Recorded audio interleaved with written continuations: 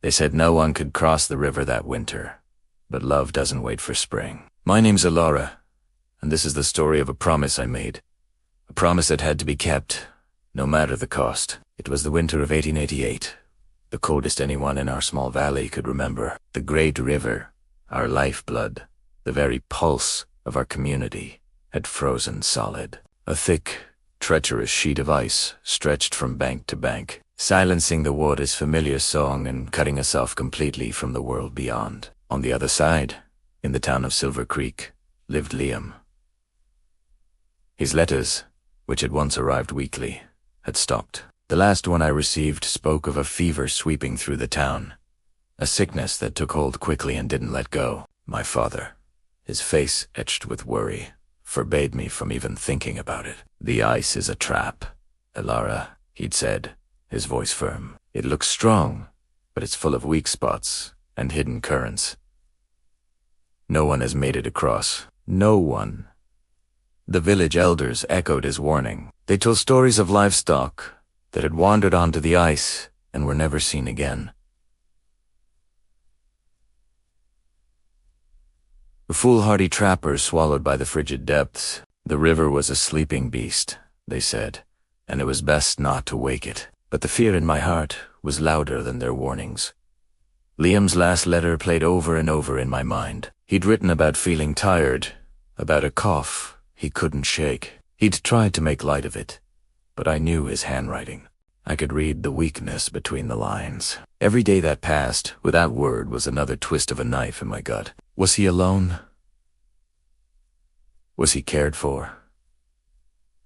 Did he have medicine? Love, you see, is a terrible and beautiful thing. It doesn't listen to reason. It doesn't understand impossible. It only knows the pull of one heart to another.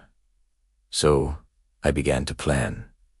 I watched the river. I learned its moods, even in its frozen stillness. I saw where the snow piled thickest, likely covering weaker ice. I saw where the wind had swept it clean, revealing a dark, almost black, surface that seemed stronger, deeper. I gathered what I could. A heavy wool cloak, a length of sturdy rope my grandfather used for hauling logs, in a small sack with dried bread, a flask of hot tea, and the last of my mother's herbal remedies for fever. It wasn't much, but it was everything I had to give. One night, under the pale light of a slivered moon, I knew I couldn't wait any longer. I kissed my sleeping father on the forehead, whispering a silent apology, and slipped out of our small cabin. The air was so cold it felt like breathing shards of glass. The silence was absolute, broken only by the crunch of my boots on the snow. Standing at the river's edge, looking out at that vast, white emptiness, my father's words rang in my ears. For a moment, doubt washed over me, cold and sharp as the wind. Was this foolish? Was I walking to my own doom? Then I thought of Liam's smile, the way his eyes crinkled at the corners. I thought of his promise to build us a small house by the lake come spring. Spring felt a lifetime away. Love doesn't wait for spring. Taking a deep breath that seemed to freeze in my lungs, I tied the rope securely around my waist, took my first tentative step onto the ice, and prayed it would hold. The journey was a nightmare.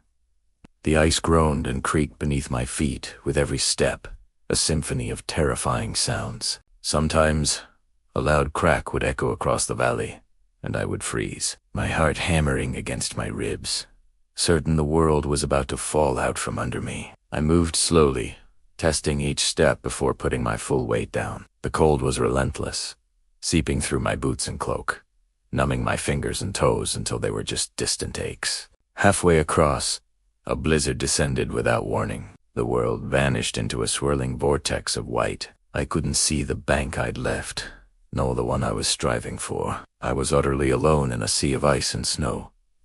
Panic began to set in. "Primera, why is he lost?" I knelt down, pulling my cloak tighter, trying to shield my face from the stinging wind. Tears froze on my cheeks. It was then, at my lowest point, that I remembered something Liam had told me. He said that even in the darkest storm, if you keep moving forward, you'll eventually find your way out. His voice, clear as a bell in my memory, was the beacon I needed. Clinging to that thought, I got back on my feet. I had no direction but forward. Primeda shuffled on one agonizing step after another, trusting in his words, in our connection. It felt like hours passed. My body screamed in protest. My mind was a fog of cold and exhaustion. And then I bumped into something. A tree. A snow-covered fir tree at the edge of the riverbank Primeda Adi made Italiano. I had actually made it across. Relief so profound it felt like pain washed over me, and I collapsed at the base of the tree, weeping. Finding Liam's small cottage on the edge of Silver Creek was the easy part. The town was eerily quiet, the windows of most homes dark. I pushed open his door, my heart and my throat. He was there, lying in bed, pale and breathing in shallow rasps. But he was alive. The sight of me, covered in snow and ice, was like a ghost at his door. He thought he was dreaming. I spent the next week by his side, forcing the hot tea and herbal broth down his throat, keeping the fire stoked, talking to him, telling him stories of our future, of the spring that was waiting for us. Slowly, so slowly, the fever broke. The color returned to his cheeks. The light came back into his eyes. The first word he spoke clearly was my name. "Elara," he whispered, his hand finding mine. "You crossed the river. Love doesn't wait for spring," I told him, my own voice thick with emotion. When the thaw finally came and the river once again flowed free, we crossed back over together. The village was stunned, then overjoyed. They no longer called the river a beast, but a challenge that had been met. Our story became a local legend, a tale told on cold winter nights about the winter the river froze and the girl who was too stubborn, too in love, to listen to reason. They said no one could cross the river that winter, but they were wrong. Because sometimes a promise is stronger than ice, and love is the only guide you need. Thank you so much for listening to my story. If you enjoyed it, I'd be so grateful if you'd like this video and subscribe to the channel for more tales like this one. See you next time.